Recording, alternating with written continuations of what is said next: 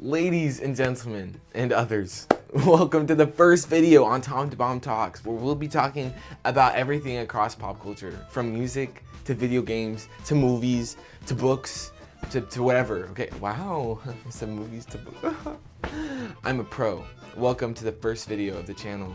Today, we're gonna be talking about the Grammy Album of the Year nominations and who's most likely to win. Now, if you're unfamiliar, the Grammys are happening in a week, okay? February 1st.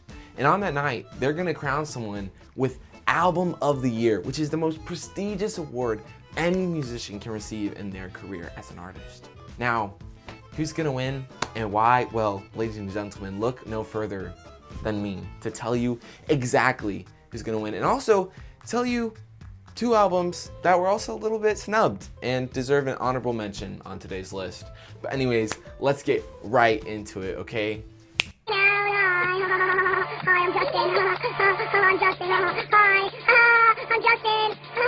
Alright guys, coming in at number 10, we have the Neutral Album of the Year, aka Justin Bieber's Swag. Guys, this album, it's just mid for Justin Bieber, it really is. It's somehow underwhelming while also being overwhelming, which I'll explain in a little bit.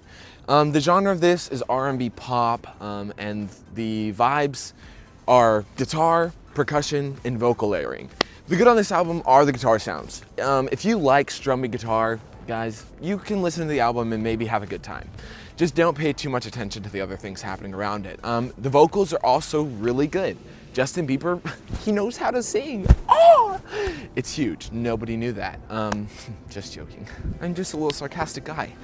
But yeah, that's just about all the good. Then we have the problems. First off, it's a little bit overproduced at times, which is why I was saying it was a little bit overwhelming. He went a little bit too heavy on the vocal layering, a lot, and that's a problem. It really becomes slop at some points in the album, and you're just wondering what's happening. And beyond that, there's also the lyricism and also the point of the album. There's a moment in the middle where Justin Bieber realizes, or is told, that his soul is black, and that's why he feels and he sings like he's a black guy. Justin Bieber is a white man, if you've seen him before. So that's just one little problem. And then the rest of this album's about his love for Haley, which, if you know anything about their relationship, Justin Bieber posted a lot of stuff about how much he did not like his wife. And then he released this album just talking about how he would give her all of his love and whatnot. It's just a little bit confusing. Now, some standout tracks on this album are Zuma House and The Voice Memo, and the reason those ones are so good is because it's just Justin Bieber's voice and him playing guitar. It's simple, but it really hits home for the gospel-y tones that he's going for. And yeah, I think it was nominated because they like Justin Bieber a little bit, and this is him being like, mature. No, it was not enough for me. I gave this album overall a 7 out of 10. It's good, but it's not great. No sleep. Bus. Club. Another club. Another club. Now, coming in at number 9, we have the Vocal Album of the Year, which of course is Miss Lady Gaga's Mayhem. Guys, this album, it's so much fun. This feels like if Mozart, Beethoven, and Lady Gaga just got into a room and they sat down in front of a synthesizer and they just put out banger after banger. Listening to this was like low-key like dance heaven. And that's the vibes of this. This is a dance pop funk album that is just genuinely like a synthesizer dance heaven. Like I can't put it in any other way. It just feels fun to listen to. It's electric, it's raw, it's lovely. And just getting into the good of this album, I mean, gosh, as I already said, this is the Vocal Album of the Year. Lady Gaga's vocals on this are amazing. This is probably the most Gaga's ever sounded. She's such an icon.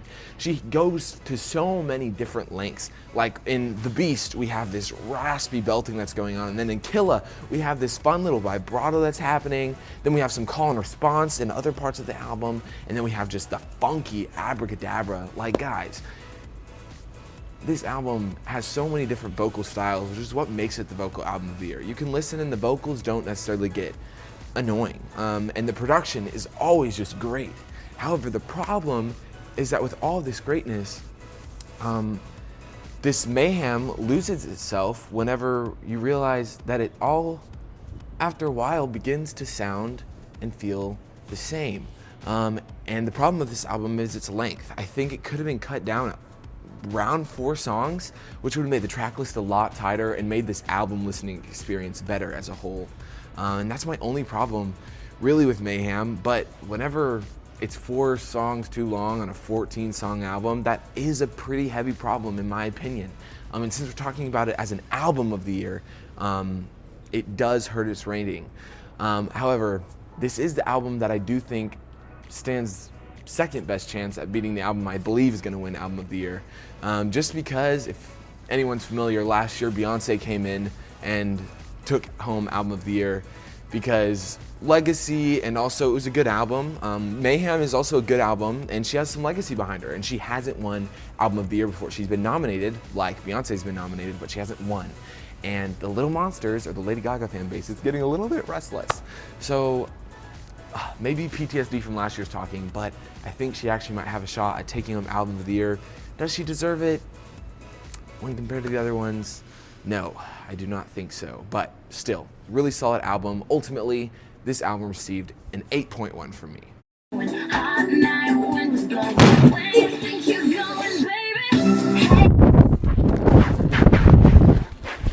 Coming in at number 8, guys, we have the Witty Album of the Year, Man's Best Friend by Sabrina Carpenter. Guys, this album, it feels like Shakespeare and Sabrina Carpenter are on 2 ends of a table, and they're playing cut pong with each other.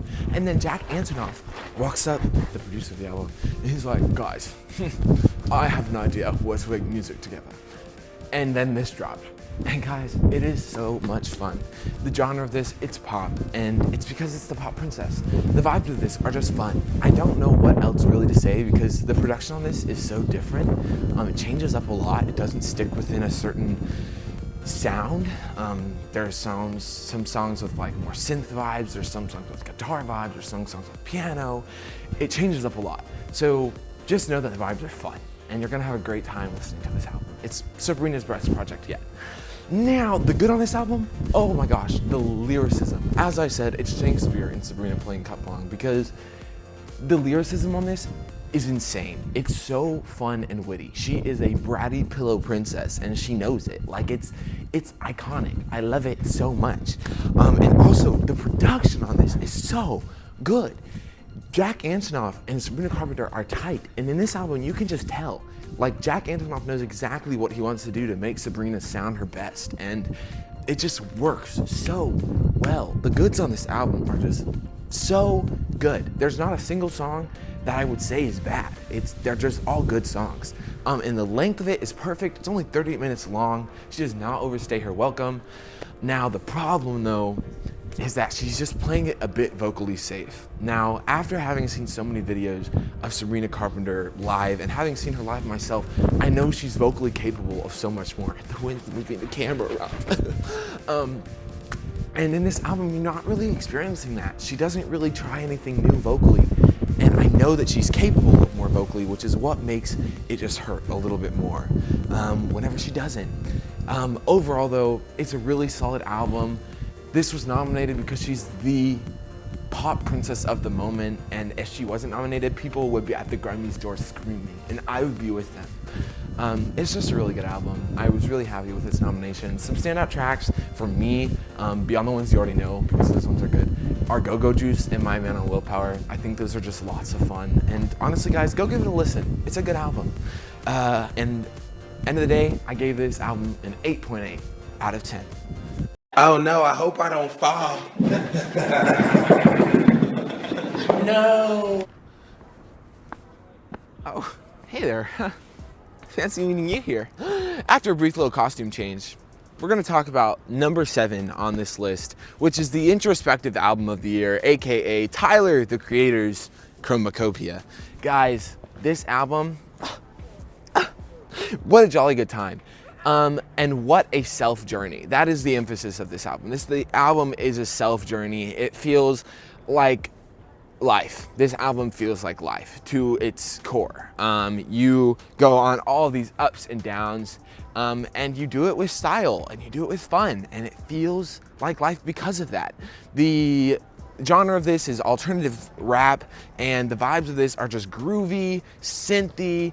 It feels like moonwalking a lot of the time, and it also is incredibly emotional. It's a big roller coaster. The good on this album, the samples are great. All of the noises he's using, this man sound effect use is phenomenal. He just loves just having fun in the studio, and that translates really well here. He does it so well. The story, you fully get to see into Tyler the Creator's life, and he's just so vulnerable, which I think just helps a lot for any musician whenever they're trying to really make the music listener feel something, and he does that beautifully here. And beyond those things, the production is just great. Tyler the Creator knows how to make a jam, and he does it here. It's stellar. Now, one more thing that's phenomenal, the collabs. The features across this album are insane. You get Doechii, you get Daniel Caesar, you get Glorilla, you get Sexy Red, you get Lil Wayne. Guys, hello. Like, wonderful. Now the problem with this album is that, one thing, it's a little bit too synthy.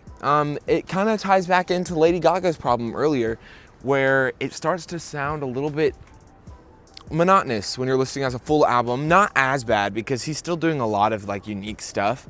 But it does get a little bit monotonous because of the use of synthesizer as the focus of this album. And with that, I think some of the songs could have had just a little bit more, because outside of the album, they just don't hit as hard. But on the other hand, the standout tracks, Sticky, which went platinum in my car, and Like Him, which went platinum in my heart and in the shower when I was crying, are just phenomenal. They're just bangers, absolute bangers. My rating for this album is an 8.9 out of 10. Let me be clear, I am the sexually confused, edgy, white Tyler the Creator fan, okay? I am him, and let it be known that I love this man. So I am not hating on him when I give him the 7th place in this album ranking. All right, now coming in at number 5 and number 6, we actually have the 2 honorable mentions which tied on my ratings list. These 2 were not nominated for Album of the Year, but deserve to be talked about because these were 2 that were anticipated to be nominated and weren't for some reason. With that, we have The Weeknd's Hurry Up Tomorrow.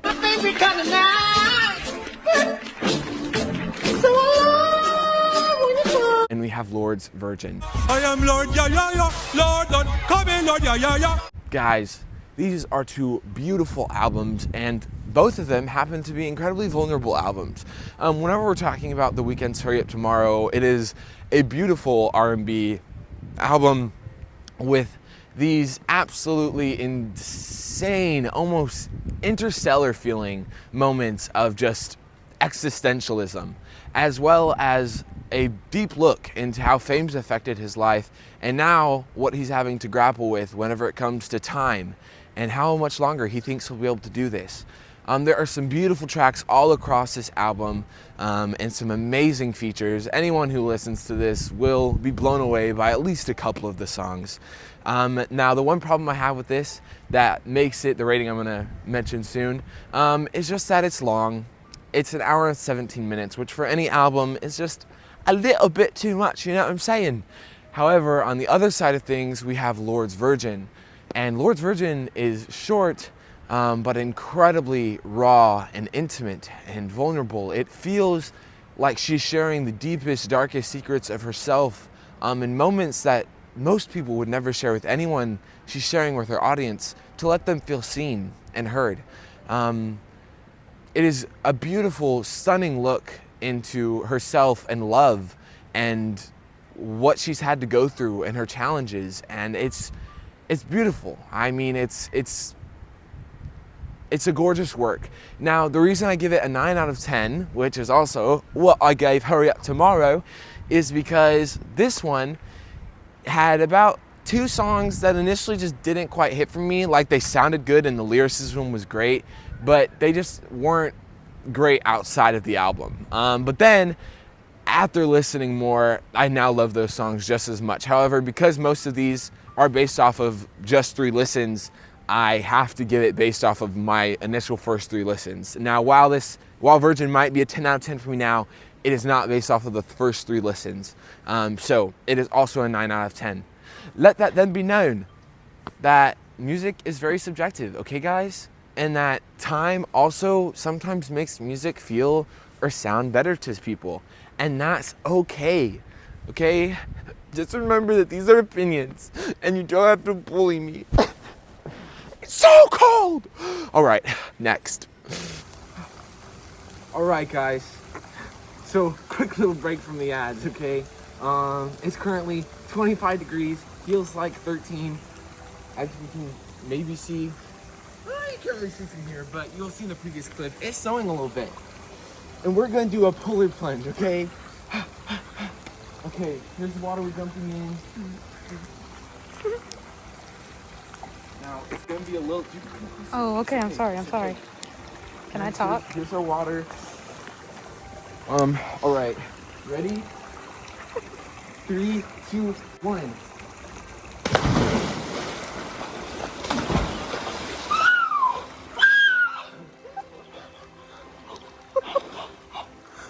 Nos vamos, chicos. Nos vamos.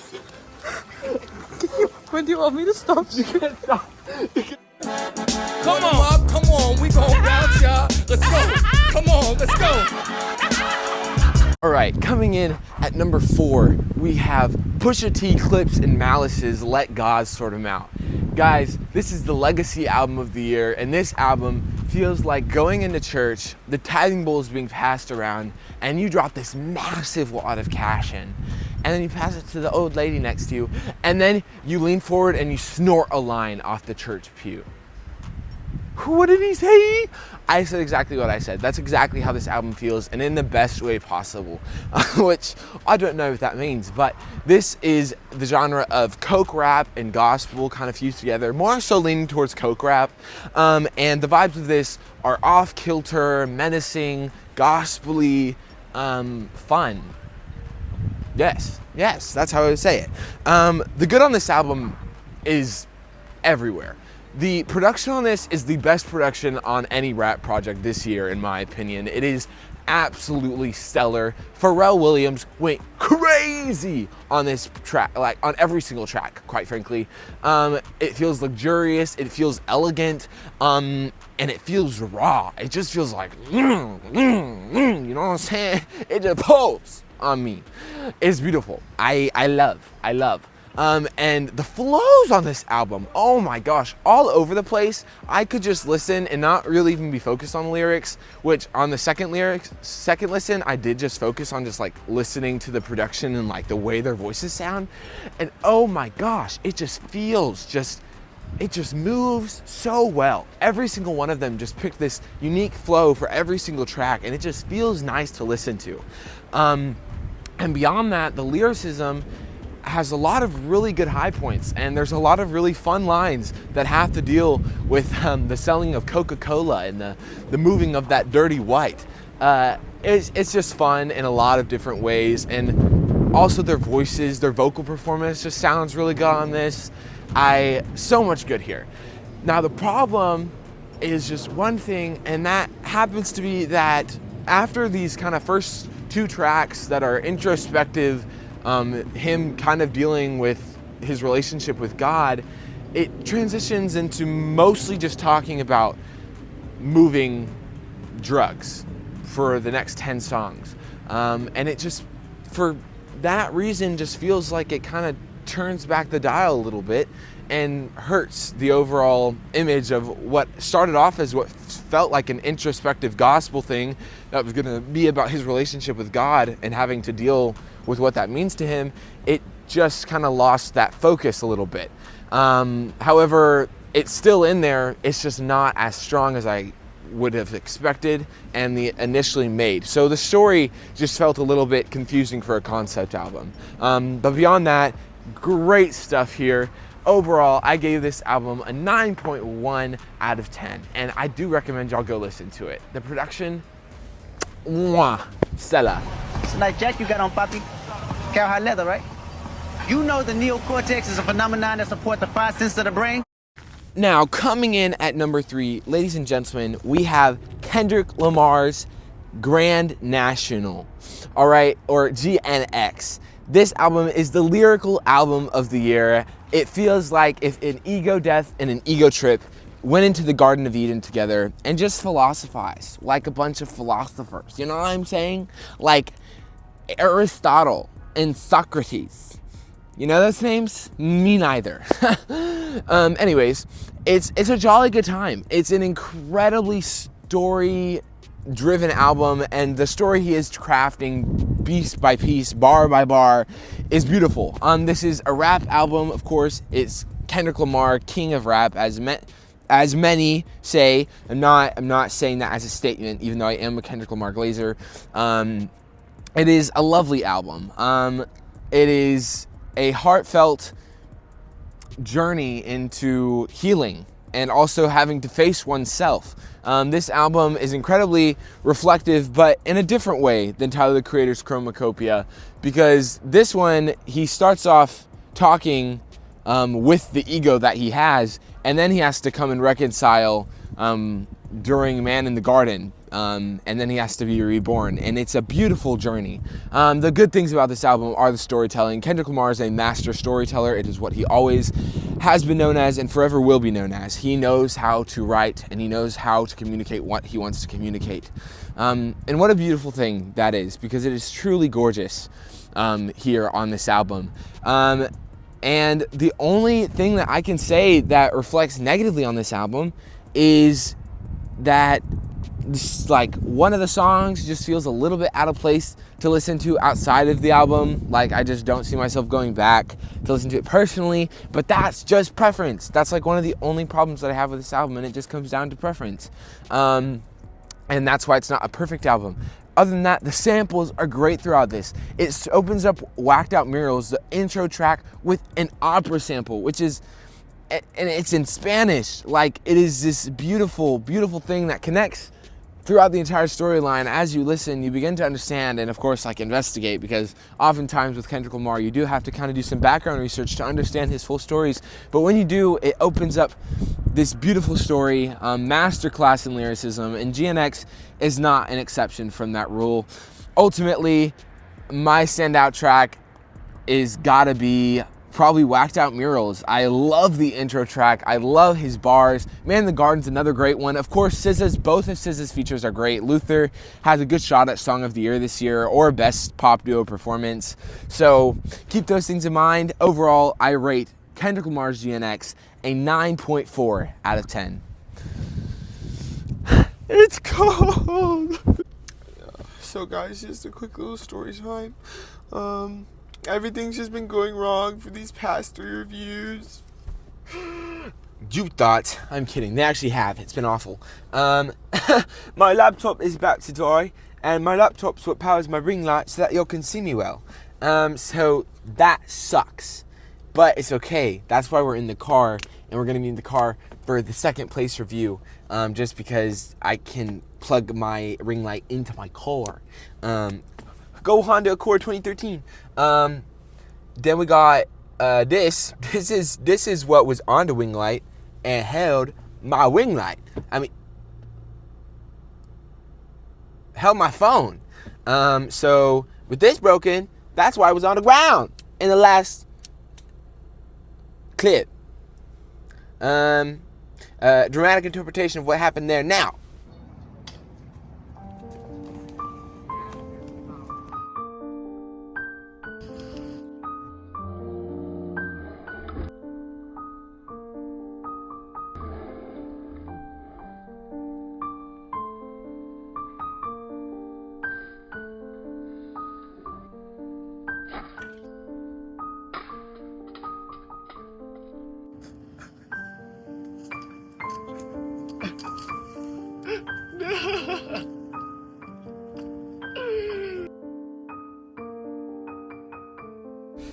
So yeah, that's what's been happening behind the scenes, guys. That's why I'm in a car for the second place one, okay? Okay. We're all gonna come down the set, keep you cool, watch you land safe and sound right on that ass sack. Unless you miss it. I don't think you'll miss it. All right, coming in at number 2, we have none other than the Sensual Album of the Year, Leon Thomas's Mutt.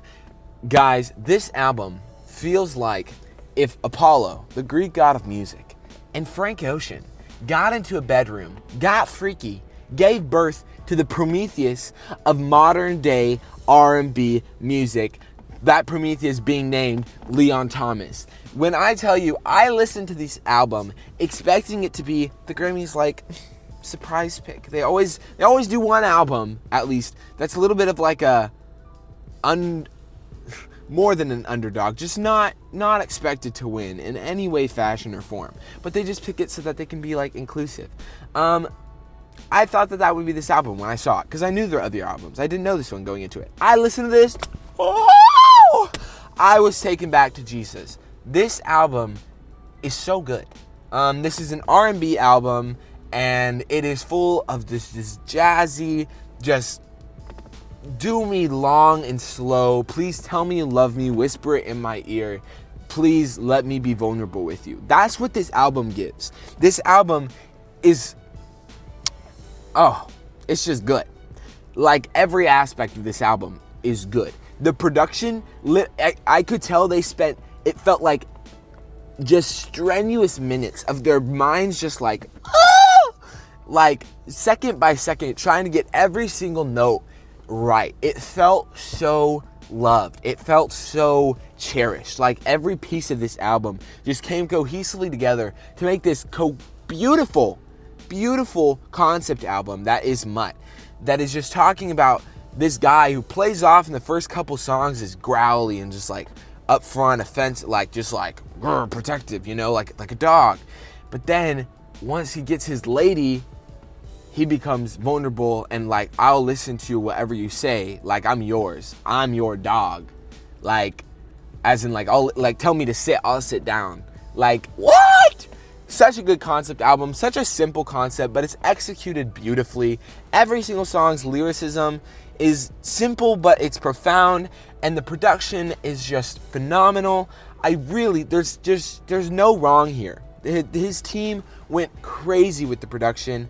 He went crazy with the production. I am astounded. I think about Mutt at least once a day ever since having listened to it over a month ago. What a great album. Now, my one problem is that he dropped a remix at the end of the album. Now, as an album listening experience, when you drop a remix of one of the songs that's already in the album at the end, it just throws things off a little bit. It kind of dampened the mood for like the concept album for me. So that's the only reason. It is a 9.7 out of 10 is because he added a song that still sounds great, but it's a remix at the end of an album that otherwise would have been a perfect 10 out of 10. Are you even the show tonight? All right, guys, and now coming in at number 1, we have none other than Bad Bunny's Debí Tirar Más Fotos. This is the album of the year.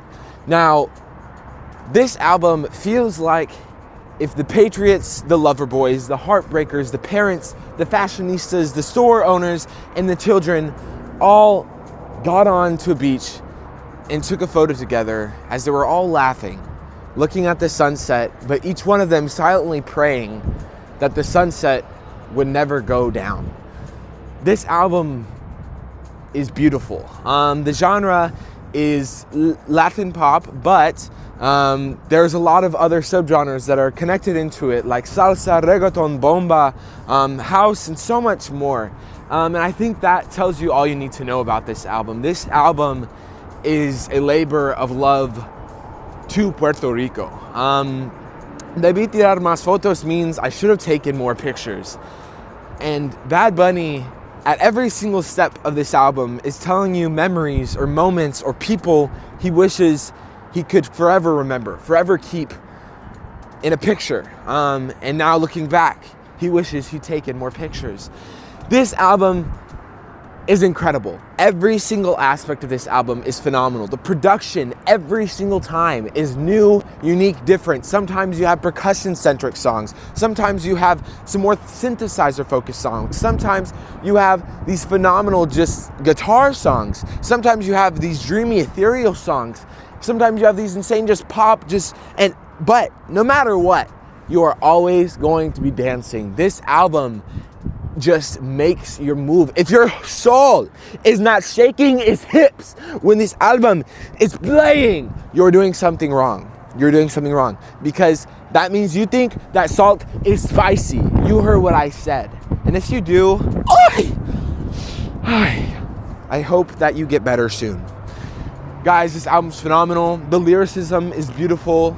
The amount of things and moments and people that he captures in his production and his lyricism is gorgeous. I cannot explain how much I love this album. This is the album of the year and the album of the moment. Beyond just the impact of what I should have taken for pictures means there's also a whole underlying theme about love for his country and his fear that Puerto Rico might one day go away with colonization. And you get that in this album. And I should have taken more pictures is also him saying, I wish I took more pictures of my Puerto Rico because I'm afraid things are about to change drastically. And in this light, he uses this album as a way to pass on a torch to the younger generation of Puerto Rico and tell them, guys, please don't forget about this country that I love so much. Don't let Puerto Rico go. This is the album of the year. I believe this album will win. Every single song is a standout. Just to name a few that I just think of like every single day, every single hour. Nueva York, Baile Inolvidable, y Que Lo Que El Paso a Hawaii. These are some just select tracks, but there's more. La Turista, La Manduza. There are just so many great tracks. If only I had all of them memorized by my brain, I would just list the entire thing. Café con Ron. Guys, go listen. Debí Tirar Más Fotos is the album of the year, and the album that I believe is going to win Album of the Year 2026. Also, I'm so sorry that this is a unique perspective compared to my other filming. But as I said, my ring light is gone, and I wanted to show you the view because I should have taken more pictures. Thank you for watching the first video on Tom DeBomb Talks. I hope that you feel confident in the album of the year predictions. If you have any ideas for future videos, let me know. Put them down in the comments below. And yeah, make sure to like, subscribe. And yeah, guys, I'll see you next time. Bye!